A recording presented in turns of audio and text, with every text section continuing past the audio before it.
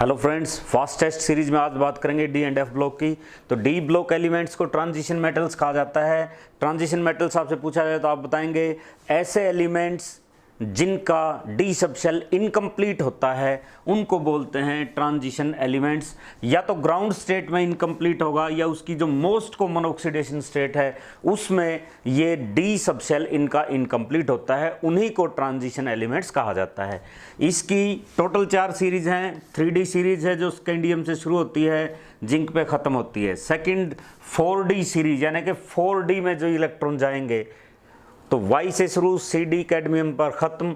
5D series lanthanum से शुरू, Hg mercury पर ख़त्म। 6D सीरीज एक्टिनियम से शुरू है लेकिन ये इनकम्प्लीट अभी पूरी नहीं है। अब इसमें आपको ध्यान रखना है कि ये जो तीनों हैं जिंक कैडमियम मरकरी, ये ट्रांजिशन मेटल्स नहीं है, ट्रांजिशन एलिमेंट्स नहीं है। ये इससे बाहर हो जाते हैं। किस बेस पर? क्योंकि ना तो ग्राउंड स्टेट में इनका डी सबशेल अधूरा है, मीन्स इनकम्प्लीट है, और ना ही मोस्ट कॉमन ऑक्सीडेशन स्टेट में। जैसे अगर जिंक को हम देखेंगे तो यह 3D10 4s2, तो डी इसका पूरा भरा हुआ है तो ये ट्रांजिशन एलिमेंट नहीं है। इसके अलावा इसकी जो आप ऑक्सीडेशन स्टेट निकालेंगे तो यहाँ से चलो 2 इलेक्ट्रॉन लूज कर दो, Zn2 पॉजिटिव, अब भी ये डी भरा हुआ है। इसी बेस पर zinc cadmium mercury they are not regarded as transition elements. इनके मेल्टिंग पॉइंट्स की बात करते हैं, बहुत हाई होते हैं। कारण है इंटरमेटलिक स्ट्रॉन्ग बॉन्डिंग इनके बीच में हो जाती है। मेटल मेटल के बीच में स्ट्रॉन्ग बॉन्ड बनते हैं। क्यों? क्योंकि एस सबशेल तो पहले ही बॉन्डिंग में भाग ले रहा था, बचा हुआ डी भी अब भाग लेने के लिए अपने पास यहाँ पर आ गया है। इलेक्ट्रॉनिक कन्फिग्रेशनिंग इनकी बात करें तो क्या होता है इनमें, जैसे कि यहाँ हमने देखा 4th शेल तक आप पहुँच गए लेकिन डी किसका है? 3rd का है, मीन्स अंदर वाला। इसको पेनल्टीमेट शेल बोलते हैं, आउटर मोस्ट से अंदर वाला शेल। तो आउटर मोस्ट तो 4th था, इसके अंदर डी यहाँ भर रहा है। इट मीन्स इनका इलेक्ट्रॉनिक कन्फिग्रेशन है, अगर आउटर मोस्ट एस है तो डी किसका है? n-1 का है, इससे पहले वाले का है। n-1 डी में आएंगे 1 से लेकर 10 इलेक्ट्रॉन, एस में आएंगे 1 या 2 इलेक्ट्रॉन। ये बहुत इंपॉर्टेंट है, एक्सेप्शनल इलेक्ट्रॉनिक कॉन्फ़िगरेशन है। ग्राउंड स्टेट में नहीं, एक्साइटेड स्टेट में आपको याद रखने हैं। जैसे क्रोमियम 24 है तो इसमें यहाँ आएगा 3d5 4s 3d4 sorry 4s2, यह आएगा ग्राउंड स्टेट में। 24 है इसका एटॉमिक नंबर।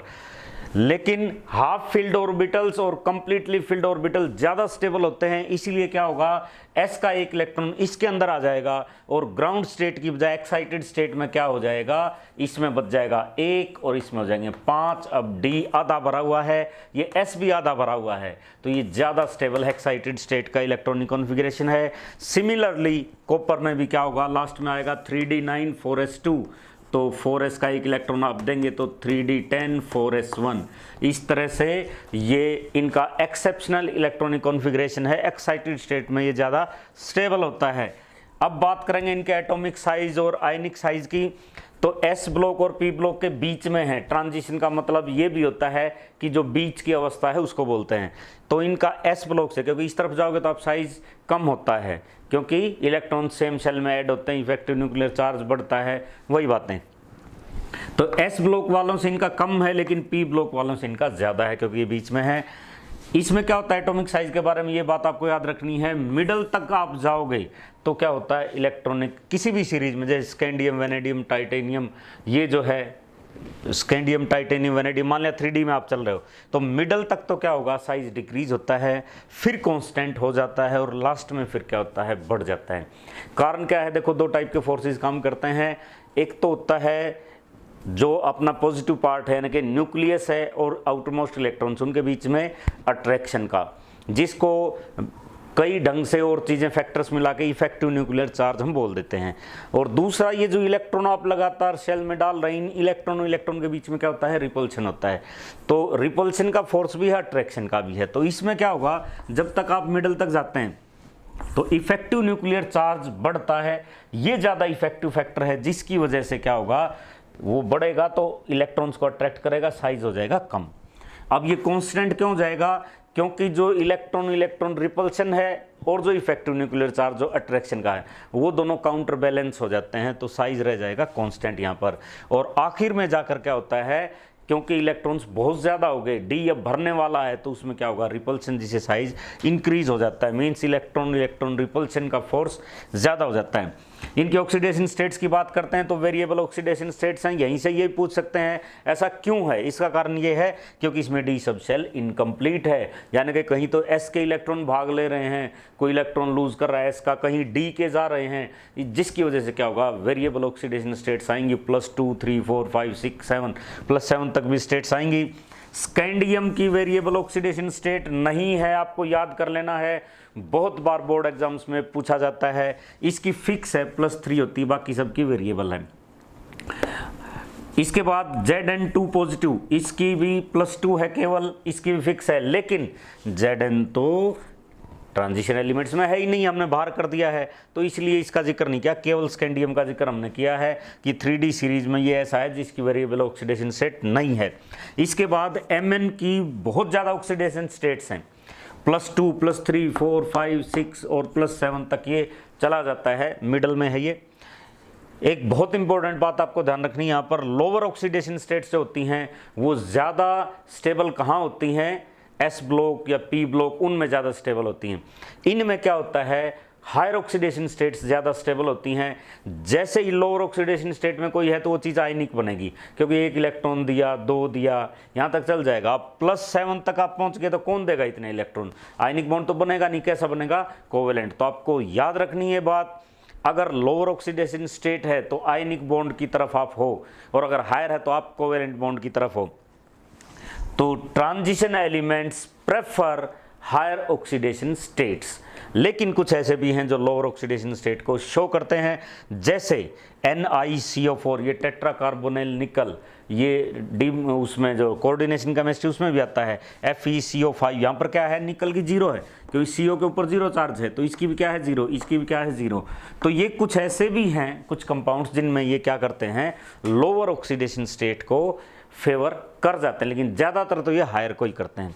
इसके अलावा जैसे ही ऑक्सीडेशन स्टेट किसी का भी आपको पता लगाना ये आयनिक है कोवेलेंट है, तो आप देखेंगे उनकी ऑक्सीडेशन स्टेट कम है तो आयनिक, ज़्यादा है तो कोवेलेंट। जैसे Cr2O7, अब एक ऑक्सीजन के ऊपर -2 है, 7 के मीन्स 14, तो ये आप करेंगे तो ये काफ़ी बड़ा पॉजिटिव स्टेट आएगा। इसमें भी मैग्नेट पर मैग्नेट वगैरह है, MnO4, इसमें भी ज़्यादा आएगा। तो ये पूछा जाए तो हम बताएंगे कि ये कैसी स्टेट है, ये कोवेलेंट स्टेट है, आयनिक स्टेट नहीं है। नेक्स्ट प्रॉपर्टी है इंटरस्टिशियल कंपाउंड्स बनाते हैं D block elements. Interstitial means जो सॉलिड स्टेट में आपने पढ़ा था कि ये बड़े हैं साइज में, तो कुछ ऐसे छोटे एलिमेंट्स हैं जैसे hydrogen, carbon, nitrogen, boron etcetera, ये क्या करते हैं इन इंटरस्टिशियल साइट्स में जो वॉइड्स होती है यहाँ पर आकर फिक्स हो जाते हैं, जिससे इंटरस्टिशियल कंपाउंड्स बनते हैं, जैसे TiC, Fe3H।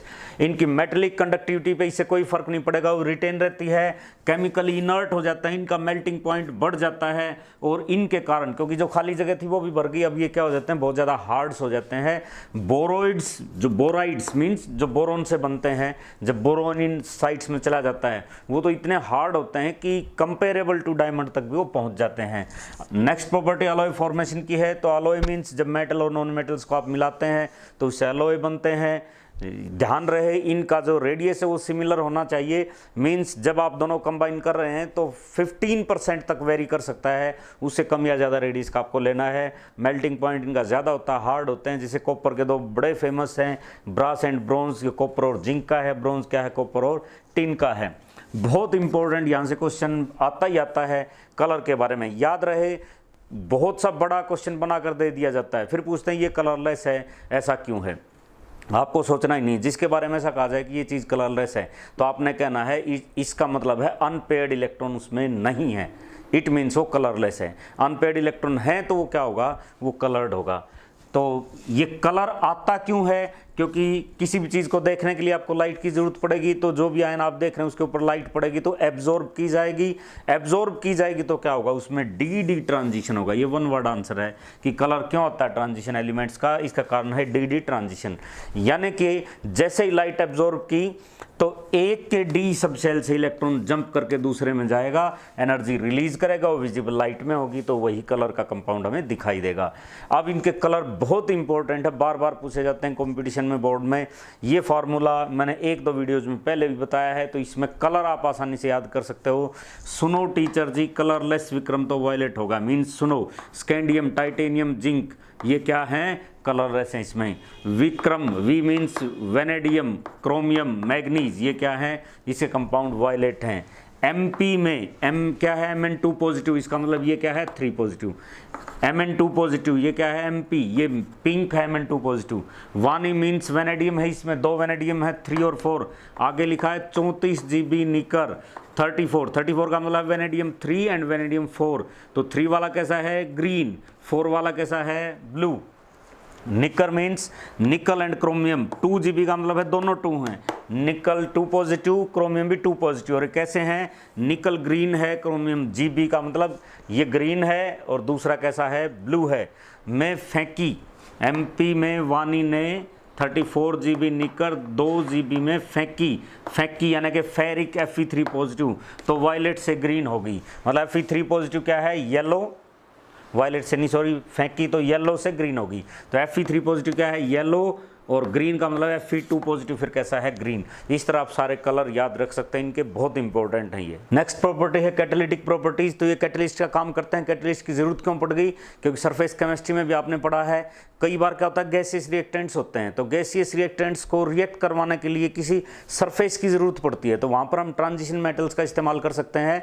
उन गैसेस को पकड़ेंगे, सरफेस के ऊपर उनकी रिएक्शन हम करवा सकते हैं। तो इनमें कैटालिटिक प्रॉपर्टीज होती हैं। क्यों होती हैं, क्योंकि ऑक्सीडेशन स्टेट्स इनकी वेरिएबल हैं। मतलब जहाँ जहाँ जरूरत पड़ेगी आपको, तो अलग अलग चेहरे लगा रखे हैं, कोई +2 ऑक्सीडेशन स्टेट का, कोई 3 का, कोई 4 का, तो ये कई जगह पर जाकर फिट बैठेंगे। उसी वेरिएबल ऑक्सीडेशन स्टेट्स के कारण ये कैटलिस्ट के रूप में यूज होंगे।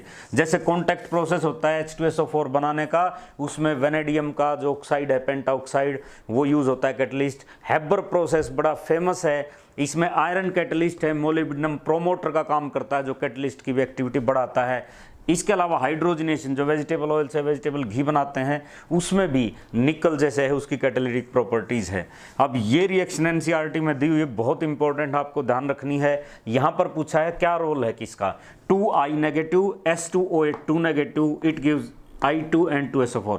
तो होता क्या है, ये जो रिएक्शन है ये 2 स्टेप्स में कंप्लीट होती है, और Fe जो है आयरन, ये इसमें कैटलिस्ट का काम करता है। कैसे, पहले आएंगे 2Fe3 पॉजिटिव, 2I नेगेटिव है, ये 2 है मीन्स 2 नेगेटिव है, दोनों नेगेटिव इसको दे दो आप, तो क्या हो जाएगा, ये Fe2 पॉजिटिव में एक लिया तो एक Fe2 पॉजिटिव बना, दूसरा लिया तो यानी कि आपने इलेक्ट्रॉन दिया है, तो 2Fe2 पॉजिटिव होगा, और इसकी 8 निकल गई है माइनस की, तो ये क्या आ जाएगा, I2। ये इसका फर्स्ट स्टेप है। सेकंड में क्या होगा, ये जो 2, क्योंकि यहीं पर नहीं छोड़ सकते आप, क्योंकि कैटलिस्ट वो होता है जिसके खुद के ऊपर कोई फर्क नहीं पड़ता, रिएक्शन को पूरी करवाता है, तो यहाँ नहीं छोड़ सकते। क्या करेंगे, इसको फिर S2O8 के साथ मिलाओ, इसके ऊपर है 2 चार्ज, तो इससे फिर क्या हो जाएगा, SO4 के ऊपर है 2, लेकिन ये मॉलिक्यूल भी मीन्स 2 × 2 टोटल 4 के लिए क्या करेगा, इससे फिर लेगा 2 माइनस इससे लेगा, ये लेगा तो ये फिर किस में बदल गया, Fe3 पॉजिटिव जो हमने लिया था। तो ये कैटलिस्ट का काम करता है इस रिएक्शन में iron. Next property ionization enthalpy क्या होती है, आइसोलेटेड गैसियस एटम में से जब आप बाहर वाला इलेक्ट्रॉन निकालते हैं, उसके लिए जो एनर्जी रिक्वायर्ड है वो आयनाइजेशन एंथैल्पी होती है। तो लेफ्ट से राइट जाएंगे तो साइज डिक्रीज होता है, साइज डिक्रीज होगा तो मीन्स इलेक्ट्रॉन न्यूक्लियस के ज़्यादा नज़दीक पहुंच गया है, तो आपको ज़्यादा जोर लगाना पड़ेगा, मीन्स आयनाइजेशन एनर्जी एंथैल्पी जो आप बोल रहे हो ये इंक्रीज हो जाएगी। दूसरी बात इसके बारे में याद रखनी है, इसका ट्रेंड बड़ा इरेगुलर है, कोई मतलब डिक्रीज होती है लेकिन बहुत कम है, बहुत ज़्यादा इतनी नहीं है कि बहुत ही कम हो जाए, उसकी जो रेंज है वो काफ़ी कम है, इरेगुलर ट्रेंड है, ये बहुत इंपॉर्टेंट है। लास्ट पॉइंट, D5 और D10 ज़्यादा स्टेबल होते हैं, और अगर किसी के पास ऐसा मौका है कि वो D5 या D10 तक पहुंच जाए तो वो ज़रूर पहुंचेगा। जैसे एग्जांपल, ये क्वेश्चन कई बार बोर्ड एग्जाम में पूछा गया है, क्रोमियम की फर्स्ट आयनाइजेशन एनर्जी लो है जबकि जिंक की फर्स्ट आयनाइजेशन एनर्जी हाई है, ऐसा क्यों? याद कीजिए, क्रोमियम का इलेक्ट्रॉनिक कॉन्फ़िगरेशन जो एक्सेप्शनल था उसमें हमने पढ़ा 3d5 4s1। First ionization energy का मतलब एक इलेक्ट्रॉन ले जाओ आप, तो इस इलेक्ट्रॉन को निकाल दो, ये D5 बच गया। D5 बहुत ज़्यादा स्टेबल है तो ये भी खुद चाहता है कि कोई इसको ले जाए और ये स्टेबल बच जाए, तो ये बड़ा आसानी से जाएगा, कम एनर्जी की जरूरत पड़ेगी, मीन्स ये लो है। जिंक में क्या होता है 3D10 4s2, ये भी भरा हुआ है पूरी तरह, ये भी भरा हुआ है, तो यहाँ से इलेक्ट्रॉन को लेना आसान नहीं है, इसलिए इसकी फर्स्ट आयनाइजेशन एनर्जी क्या है, ये बहुत हाई है। इसके अलावा एक दो प्रॉपर्टीज़ और हैं और बाकी का इस चैप्टर का हिस्सा देखेंगे अगले वीडियो में। और दोस्तों अगर ये वीडियो आपको पसंद आया हो तो इसको लाइक कीजिए, शेयर कीजिए, यूट्यूब चैनल को सब्सक्राइब कीजिए।